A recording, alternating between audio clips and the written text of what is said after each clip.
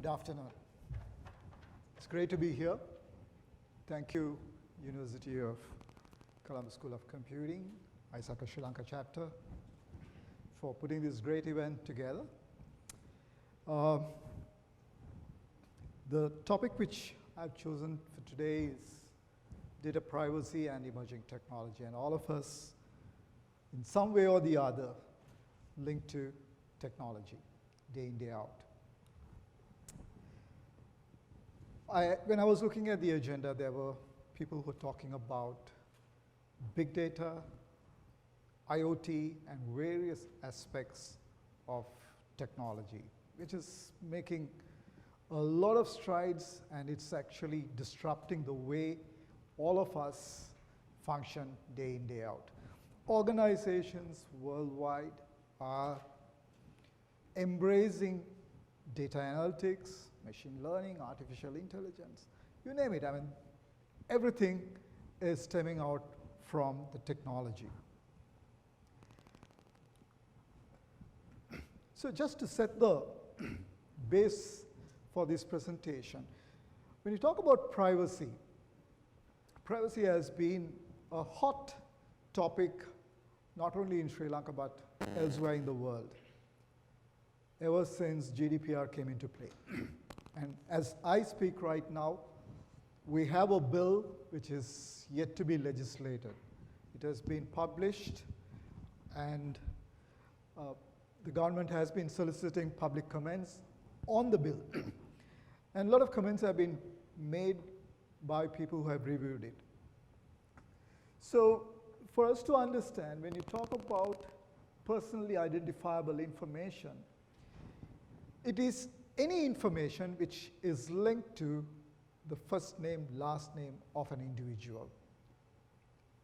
Now, if you just take a mobile number, let's say if I say +9471 4808663, do you know what number is this? Means nothing, right? But if I said Sujit Christie mobile number, and if I mention that number, now that number is linked to an individual and it is identified. It is you are able to identify an individual to a name. You are able to identify, and that's exactly what we are looking at here. As long as you have the name associated with any other related information, then it is personally identifiable information. Then we also are talking about sensitive personal information. We're talking about genetic, biometric, health, social, cultural, and economic data. How many of you don't use Facebook? How many of you here don't use WhatsApp? Only very few people, but I'm sure a majority of the people are using Facebook, Instagram, Twitter, Snapchat, right? Tinder. And in some places, you're talking about social and cultural. For example, the comments you make. Just before I walked up the stage, I was just checking the news. And there's one state in India which is called state of Rajasthan. And apparently they have yesterday passed a rule. There should not be no letters in the windscreen or the rear screen of a car, which depicts a village, a name, a religion, or any such information. Right? It's going to be linked to a car number, which car number can be identified to an individual. So you're talking about cultural information. You're talking about health-related information, which comes out of your fitness bands or your fitness tracker. And somewhere a couple of years ago, or maybe 2 years ago, there was a survey which was published by Stanford University. They said some countries in the world are predominantly categorized lazy countries. People are lazy in that country. Now, how did they conclude that people are lazy? They looked at the population, and the population which was walking, which was considered more active, the population which was considered more sedentary, were considered more lazy. But if you dig deep, you can even identify a particular individual. Now, we are talking about biometric information, facial recognition, iris scanner, your thumb impressions. Now, I'm not sure about your university, but elsewhere I come across, even in organizations, if you want to gain access through a door, do a gate, you need to place your thumbprints. Now the question is, who has access to that information? How is that information going to be used? Now today people can use a stolen biometric ID and spoof it and gain access to various other systems or infrastructure. Taken this from the Nike website. Today you're talking about a smart shoe. We have talked about a smart phone, right? We're talking about a smart shoe. Everything about the shoe is smart. They're talking about your impact score on your left foot, your impact score on your right foot, the pace and how it lands and the football, the foot landing, and then you have the right foot landing. So it gives a whole lot of information about the way somebody is walking, trekking, or even running.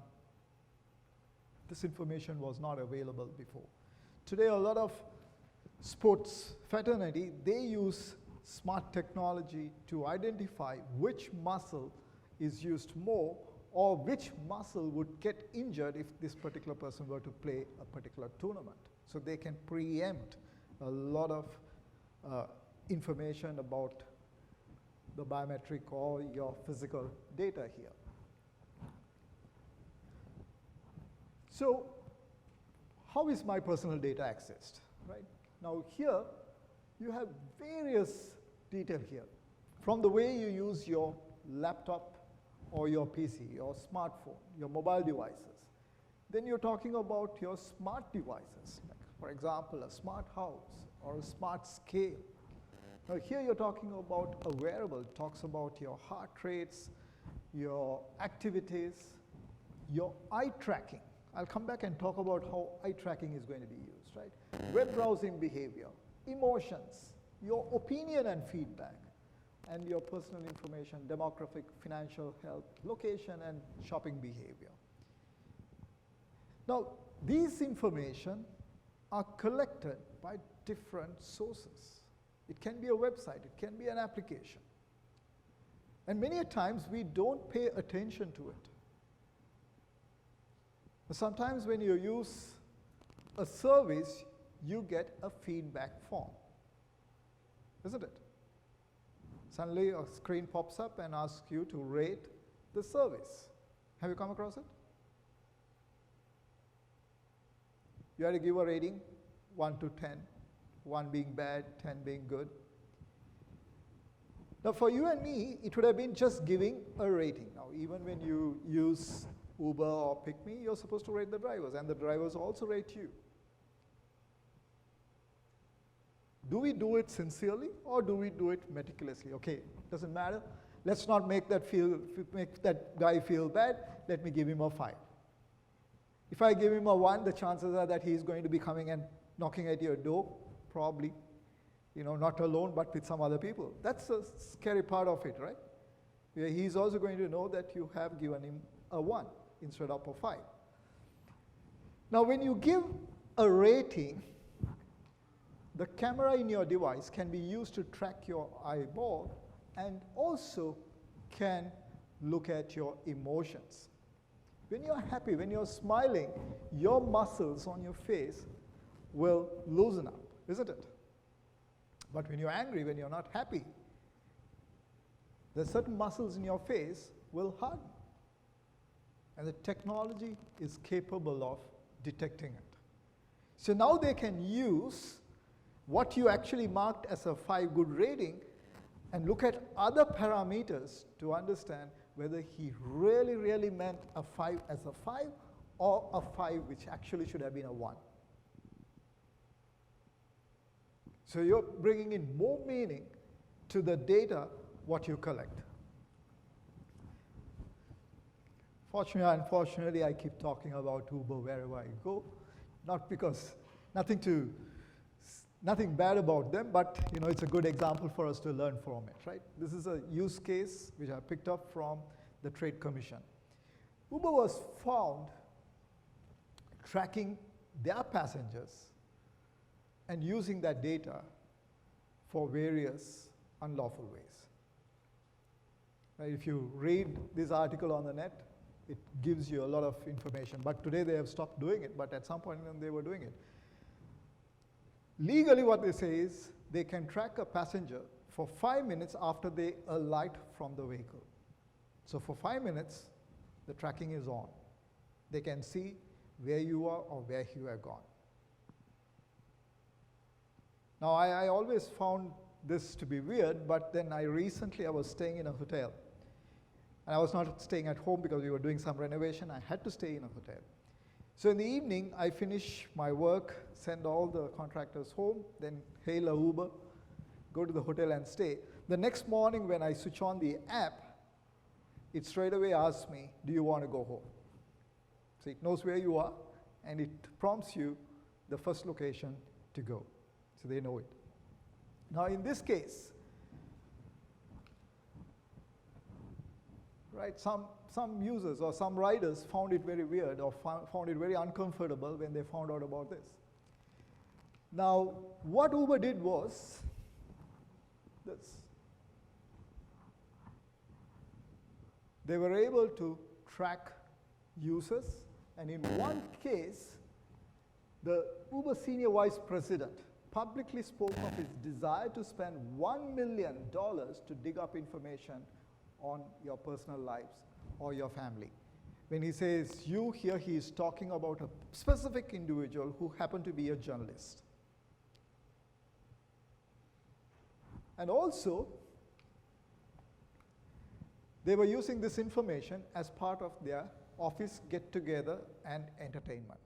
So when you have your office parties, all customer information was put on display and people were entertained. So they could actually see where people have been to or what people have been doing. For example, if you look at the Rides of Glory, they were able to even identify people who were actually spending a night away from home, which is a bit too much from a privacy perspective. Now, this is a recent one. This news is about 7 days old.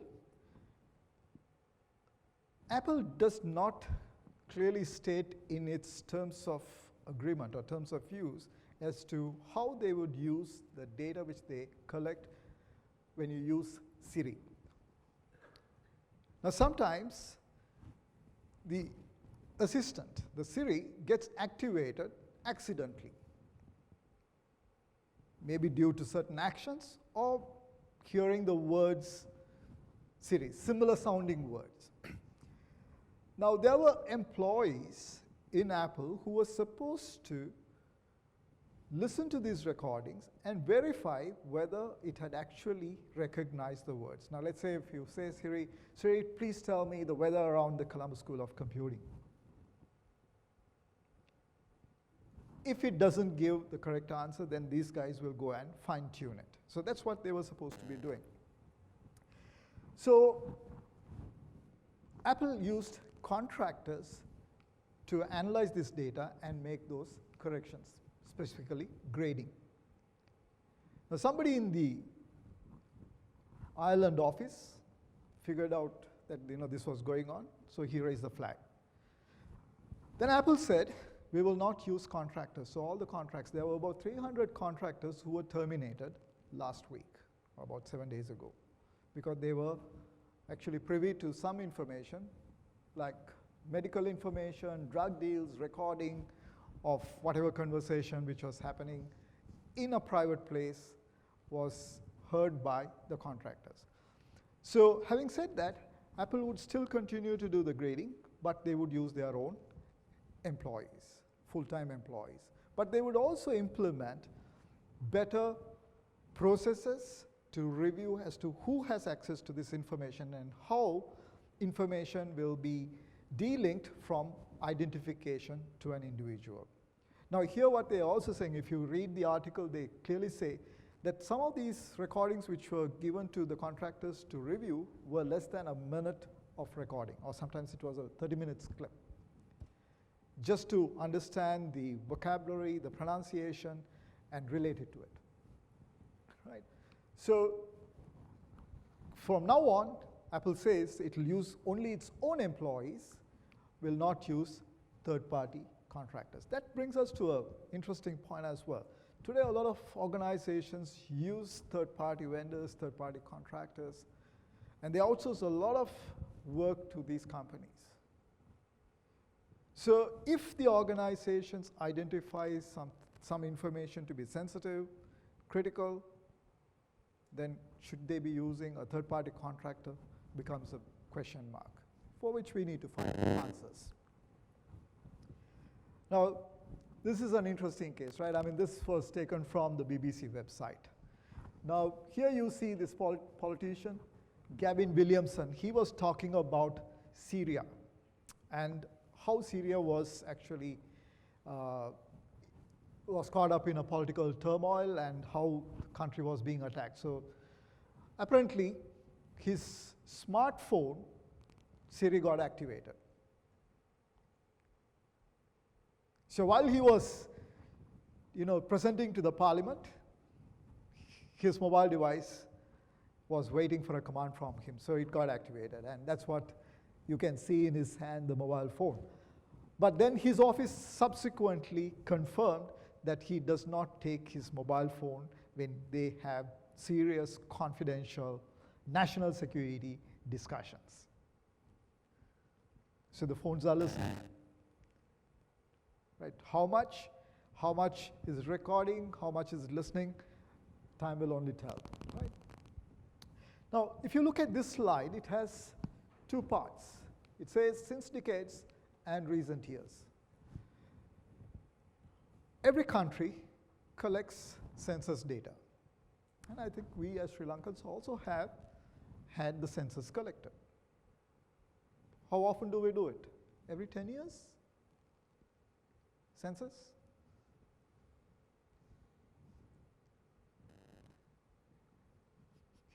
Guys are very quiet, right? Find out, right?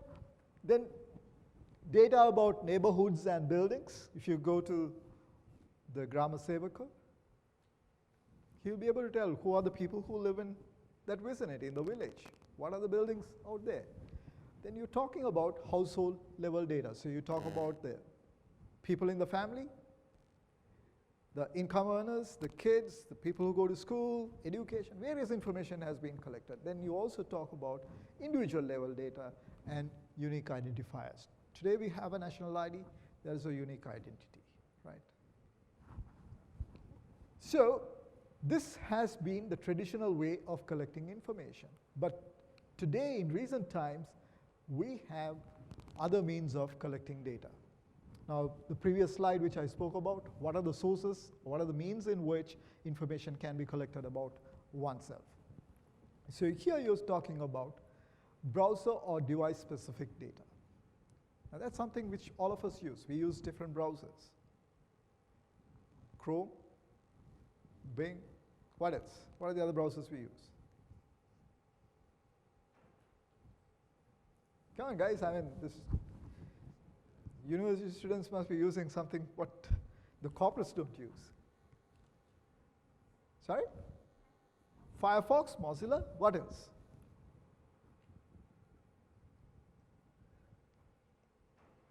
For recent times, you would have heard about DuckDuckGo.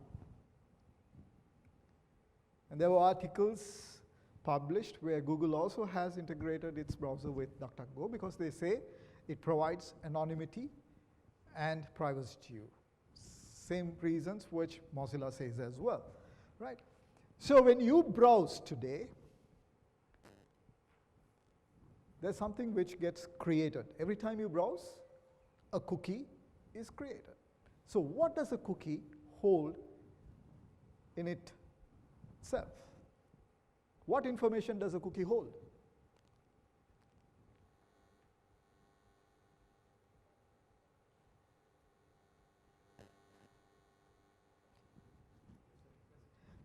the user request, and sometimes if it is a portal which you need to navigate through, so the authentication details. And depends. It also depends on what the cookies are capable of or what it is made for. Now, for example, if you take Sri Lankan Airlines website, there are cookies which they use. And the cookie is used to hold your preferences, your language preference, the country of your choice. So the first time you access the site, it prompts you to select these two, the language and the country, and that information is kept. But a malicious service provider can use a cookie to capture various other information. Today, that's what a lot of countries are talking about, what information is being collected when you use certain technologies. Now, there's always been a debate. When you browse for something, you open Facebook, and you start seeing commercials on the right-hand side. Let's say, what's the best hotel for you to go and stay down south? So if you say you've been browsing Hikatrans, then the Facebook could also start giving you other options. So how does Facebook know that you are looking for a hotel? So it's probably reading your cookie information, your browsing history. Now, I remember I was actually trying to install something similar to Uber. In another country, I was trying to install it. And this particular app specifically asked me to grant permission to my browser and my browsing history. Why would a cab hailing application ask for my browsing history? Why should they? What is that they have to know if I bought something on Amazon? Those are the debates, right? So that's what we are trying to identify. What information are these technologies which are collecting from you?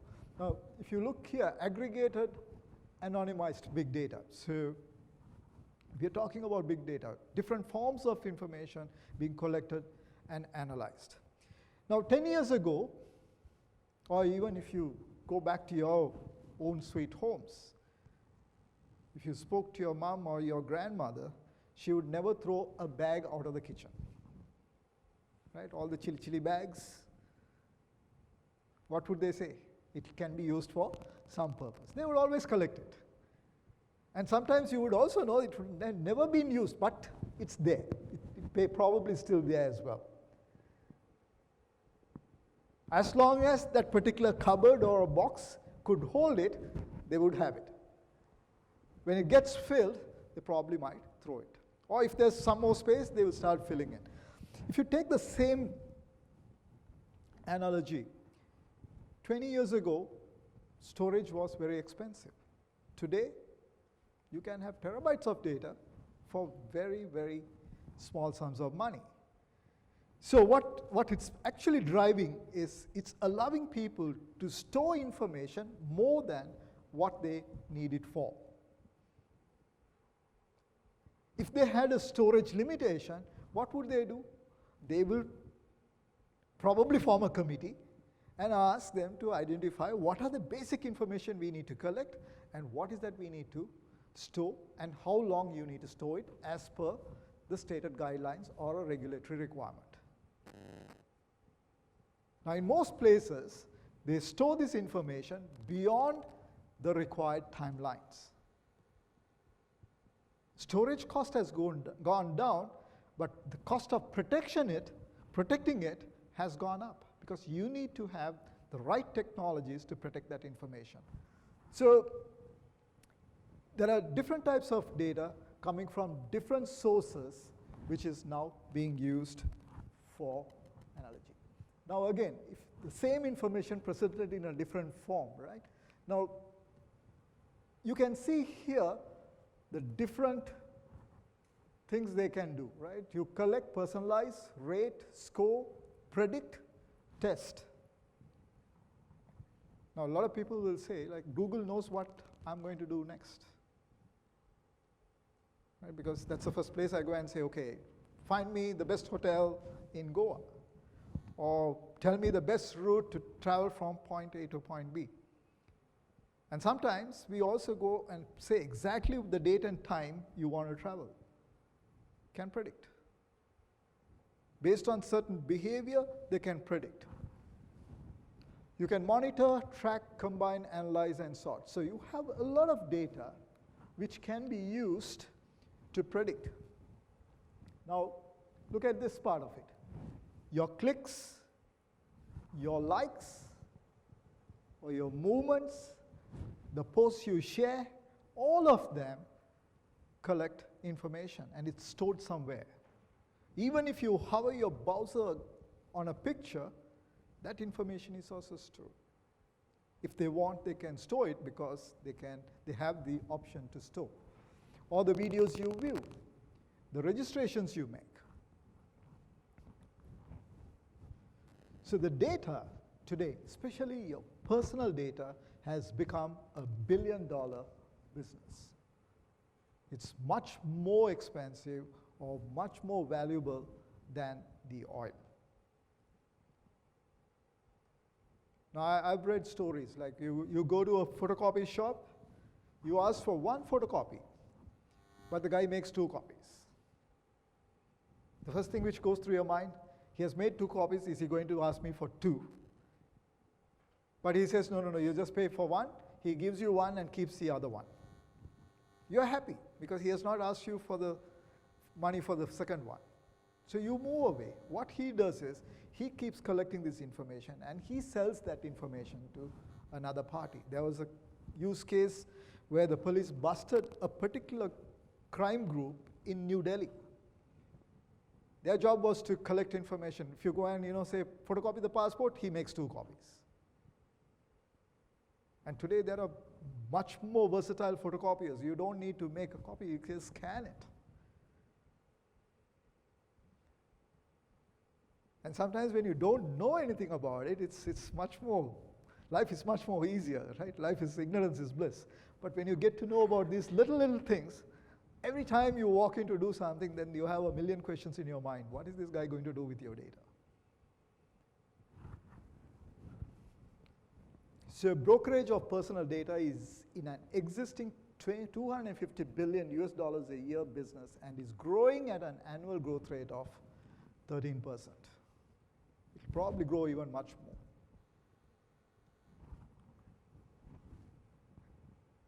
Same information presented in a different form. But here you actually can see different types of data. Now here you talk about customer management, advertising technology, business IT, risk data, and then eventually you're looking at integrating an identity matching of all your data. And where does this data come from? From all these places. Now, I heard this story from McKinsey. They were talking to us on a particular use case. Apparently, Nigeria had engaged them, the Coca-Cola company in Nigeria had engaged them to increase their revenue. So McKinsey said, okay, fine, let's get some data about Nigeria. So the first thing what they did was they identified where the stalls were, or the shops which was selling Coca-Cola. The next thing what they did was they went to Nigeria Telecom and asked for the customer information, meaning their footfalls. So now they superimposed the footfall information with that of where the shops were. And it was a very clear indication. They could actually identify where people were moving and where the shops were. And if, let's say, there's somebody not going in a direction where there was a shop, then that was a clear indication they need to shut the shop down and move that shop to a place where there was more people or there was more movement. Today you have that information where you can make decisions. Now see, you have telecom data, you have publishing, you have retail and consumer goods. Right? You have large platforms like Amazon, Facebook, Google. Now when we look at this slide, we always think all of them are in isolation. But if you see this one, you will realize that all that data is out there for sale. Now, Facebook was also involved in a controversy like the last American elections, right? Cambridge Analytica. They bought data. They were able to use that data. Now, look at this one. Now, there is this group here. They buy and sell, right? They can buy all these data from all these organizations. And this is very interesting, isn't it? TV. Your smart TV can also give information about you to somebody.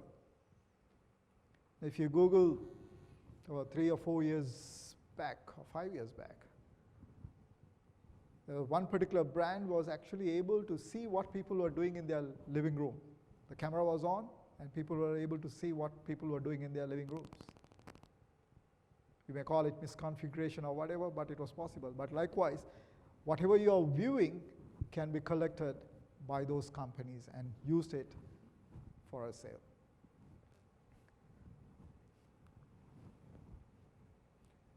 So in the previous slide here, you're talking about this company, Axiom. The large consumer data broker provides up to 3,000 attributes and scores on over 700 million people in the US, Europe, and beyond. Look at that, 3,000 attributes. Now, if you take this one, if you look at the Oracle Data Cloud, they also take all this information, and this one, which comes from the previous slide, also goes in here. Now just think about it. How much of your data is sitting in this, which can be specifically identified as a first name, last name? So the brokers have an extensive profile information on the entire population. Now that's what the right activists and different people in the society are now saying. If people are collecting information, let there be sanity. Let there be a law and how this data is going to be used. So that's where we are talking about the data privacy law coming in. In Sri Lanka, we are talking about the data protection bill. So if somebody is collecting information, they need to clearly say what is that information collected for, how it will be used, how long it will be used, and how it will be disposed of. In essence, that's what the data protection bill is all about. But then you have to build a framework. There should be a governance framework. There should be somebody responsible who you can talk to if something goes wrong. Or if you want to make some changes, you should be able to contact somebody. So that structure also has to be in place. Now look at these two profiles, Axiom profile and Oracle profile. Now typically when we look at attributes, we probably look at 3 or 4 attributes. Now here when you talk about 3,000 different attributes, it's mind-boggling, isn't it? Now if you take this one here, 45 years of historical data on name changes and residential history. Or if you take the next one, it talks about age, gender, education, and employment. And then this is interesting, right? It talks about political views as well. So the moment you go on Facebook, if somebody has posted a political statement or a political opinion, you hit the like button or you comment. That is also recorded and profiled. Talks about loans, and it also talks about likelihood that someone is a heavy user, Facebook user, is a social influencer, or is socially influenced. You can influence somebody, or you can be influenced by someone, right? So that's also identified. Now, a lot of times, this becomes a key factor, especially when the elections are around, right? Not only here, elsewhere in the world as well, right? A lot of statements are made, published, and influenced. So how companies identify people? They can use all these mechanisms to identify. And I'm sure all of us have at least one of these IDs. Some of you might have a Facebook ID, some of you might have a Google ID, Apple, Amazon, or you might even have a simple email address. Can be identified using any of these informations. And those IDs can be mapped to all these factors. Your browser fingerprints, your IP addresses, cookies IDs, and device fingerprints. So what is your data worth? How much is your data worth? I'll let you read.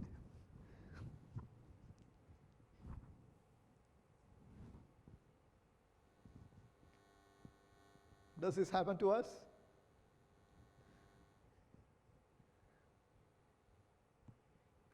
I was there at a store in Borella trying to buy some sports equipment for my son.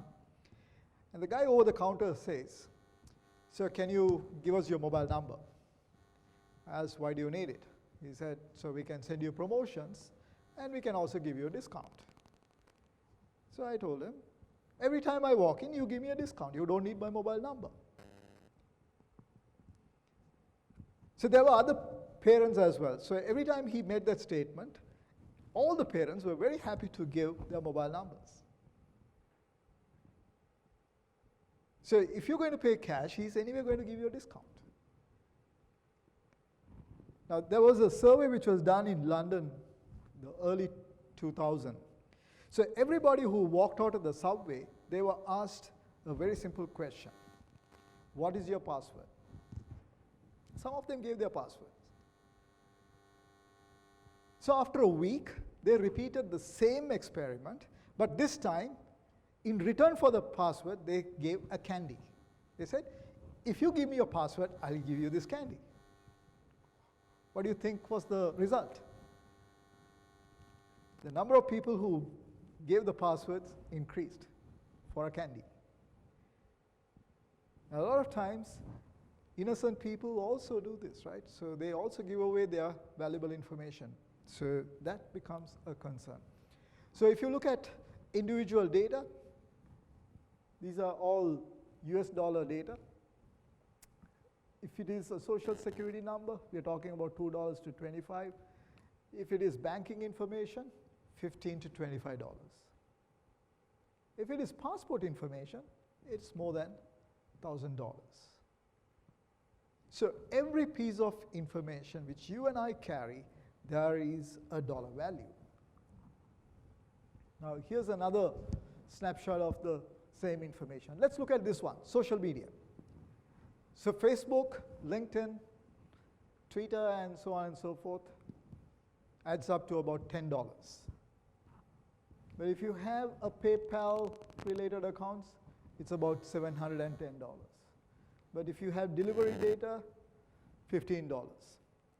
So every piece, now even if you look at Uber, Booking.com, Expedia, Airbnb, that also has a value. It's almost about $45. And this is a very interesting piece of information. Unmarried mother with 3 kids, and it goes by the country. Or if you look at this one here, a marketeer with no kids, they're worth about $4,000 in the US. But if you're a married developer with 5 kids, it's about $5,000 US. Unmarried doctor, about $5,000. Married plumber with 2 kids, about $2,500. So profiling of information has a dollar value because you can also decide what products and services you could actually sell to these people. So what do the cyber criminals do with the data? This is just a snapshot of what potentially can be done, right? There are things which happen, drugs and non-drugs related information here. So if let's say, if you take, let's look at credit cards. So a person who is using a credit card would probably less likely do all the drugs related thing, but they would probably go and do a lot more which is non-drug related. isn't it? So this chart actually tells you how information can be used and for what that information is going to be used. Now, if you go back to my slide, which I spoke about, your personal assistant on a smartphone device, if it's listening to you, that can also give a lot of information about what people do in their daily life. So again, if you look at the ecosystem, you have individuals, data collected, there are data brokers, and the data is being used. And the data is then sold at a particular price, and it is usually for advertising, web publishing, or to third parties. And there could be many other users as well.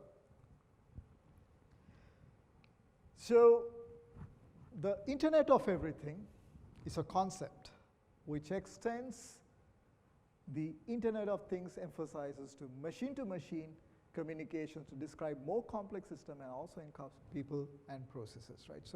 So the more you adopt, the more you integrate technology into your day-to-day lifestyle, there's a lot of information which will be collected. Why is my screen not moving?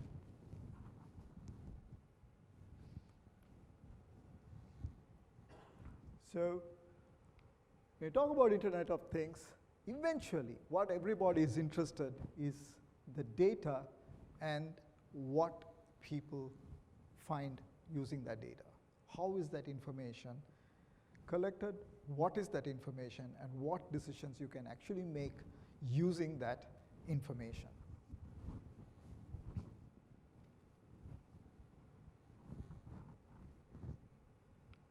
So there are three aspects, right? We are talking about people, data, and things.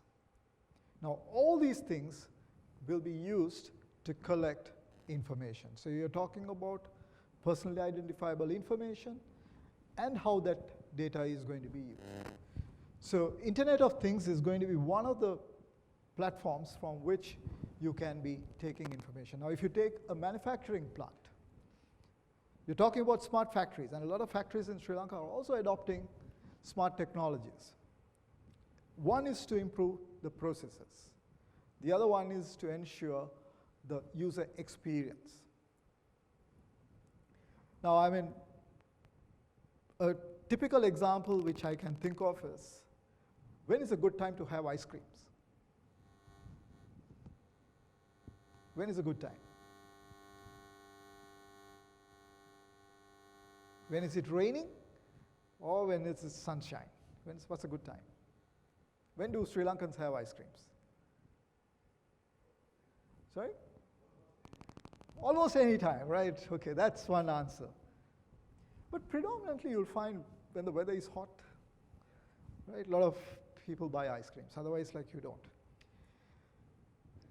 So the factories can make a decision by integrating the weather-related data, and they can start predicting, okay, the weather is going to be bad, it's going to rain, let's cut down on the production.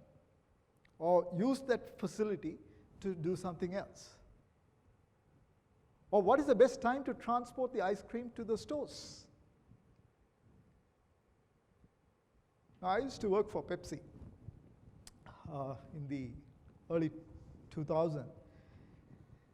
The Pepsi you drink in a store or in an outlet, it tastes different to what you actually get in the factory. The one in the factory tastes much, much better than the one you get in the store. Where it's exposed to sunlight, it's exposed to various weather conditions, and it loses its essence. So today the technology can be used to determine a whole lot of other benefits. How many of you watch cricket? I'm sure all of you, right? You talk about how technology is being used. Today they're talking about a smart bat. They're talking about a smart ball. Right? With those two coming into play, the role the umpires play will slowly diminish. Disruption. So you can look at the swing, the way to play the on-drive, the way the ball is pitched, the speed at which the ball is traveling, the impact, all that can be analyzed. So likewise, you can use the technology in the factories to produce more accurate data for decision making as well.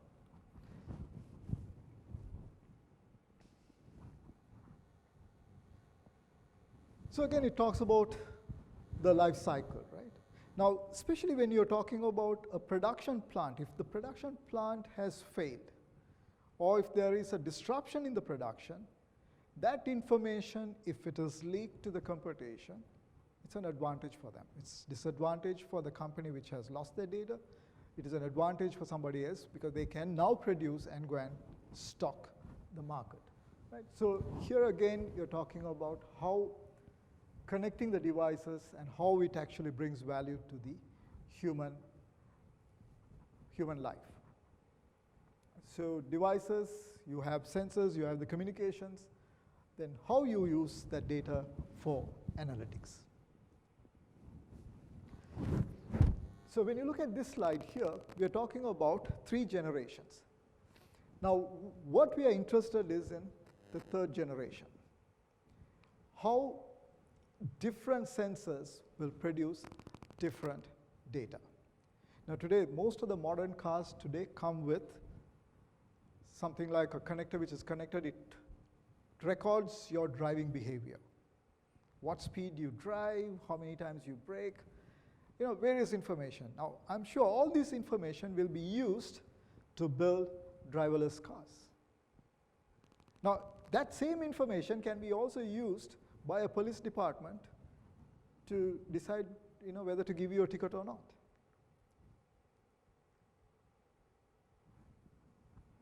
So a lot of information here is also aggregated and given it to the data brokers. Some of you might be familiar with GDPR. This is the General Data Protection Regulation, which came into play last year in Europe. So based on that, we have different countries now formulating the privacy laws. And we will also have our own privacy law in play very soon. So when you're talking about privacy, it is very important for everyone to understand what are the types of data you collect and how is it going to be used. Now here's just a flow chart which typically says whether the GDPR is applicable or not. We can use the same chart for our own local context as well. So if the company is processing data of any individuals, so when I say individuals, where it takes the first name, last name, and any related information. Now, supermarkets is one potential place where they collect your information, right? You go and buy something, they say, okay, you have the points, you give your card and your points are added to it, right? You take the Cargills, you take Apico, you take Keels, all of them. Now, if you look at the data which they have collected, it can also say what people have been buying or what kind of products have they been buying over a period of time. It can also help you to predict what products will they be buying in the next 1 week to 1 month to 3 months or even into the future. So based on their buying patterns, you can also stock the goods. So eventually, when you collect personally identifiable information, these are 7 things or 6 things which you need to look at. So it's important that the data you collect is lawful, it is fair, it's transparent, because the user, the consumer, and the person who is collecting it should keep it transparent for them to know what is the data being collected, what is it being used for, how long will that information kept, and when will that data be disposed of. Purpose of limitation, minimization, accuracy, storage limit, integrity, and confidentiality. So typically when you look at a website, today if you visit the Sri Lankan Airlines website, the moment you load the page, you would have a small pop-up appearing at the bottom. It talks about the cookie policy, the privacy policy, and the terms of use. Now, these three, the privacy policy, the cookie policy, the terms of use, should cover all these parameters so that it clearly communicates to the consumer or the user what the intent is. If any information is being collected, how that information will be collected, stored, used, and disposed of. So, in summary, right, data privacy is relatively new for all of us in Sri Lanka. But if we have to trade with other organizations elsewhere in the world, they would expect all of us to have a strong fundamental framework in terms of how privacy will be used, how privacy will be protected from the consumers, from the users, and so on and so forth. So it becomes very, very important for organizations to build a framework on data protection and data privacy and ensure that it is auditable, that people can audit, people can make corrections if they have to do course corrections. That brings to my presentation to an end. If you have any questions, I'd take it now.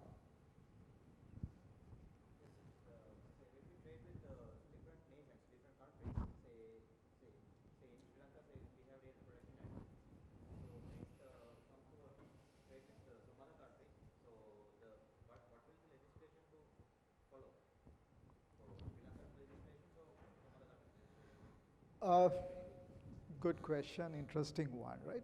So it depends what your trade is going to be, right? So now, for example, if you're in the tourism industry, if let's say tourists are coming into our country, then we are governed by, if let's say people are coming from the European Union, residents of European Union, when they come to Sri Lanka, we are expected to adhere to the specified minimum requirement stated by the GDPR.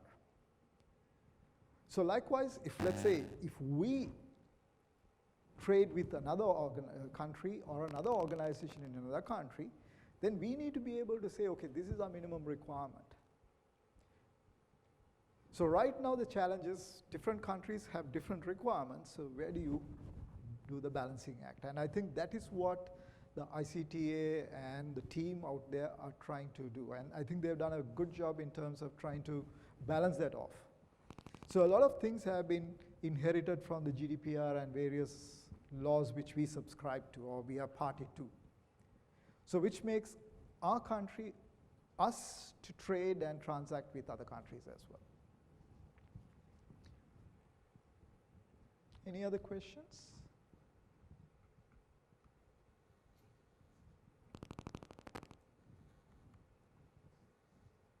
No questions?